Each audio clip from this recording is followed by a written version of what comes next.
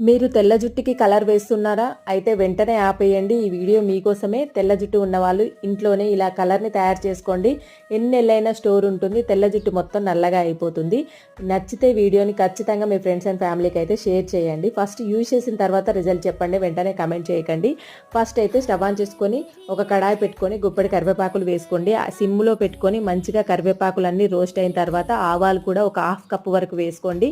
వాటిని కూడా సిమ్‌లో పెట్టుకొని ఇలా కలర్ మొత్తం ఇలా నల్లగా అయిపోయే వరకు మంచిగా ఫ్రై చేసుకున్న తర్వాత స్టవ్ ఆఫ్ చేసుకొని చల్లారిన తర్వాత మిక్సీ జార్లో వేసుకోండి. మిక్సీ జార్లో వేసుకున్న తర్వాత ఇలా ఫైన్ పౌడర్లా మెత్తటి పౌడర్లా చేసుకొని మీ జుట్టుకి ఎంతైతే పడుతుందో అంత ఒక బౌల్లో వేసుకోండి. మిగతాది డబ్బాలో పెట్టుకొని స్టోర్ చేసుకోండి ఎన్ని నెలలైనా.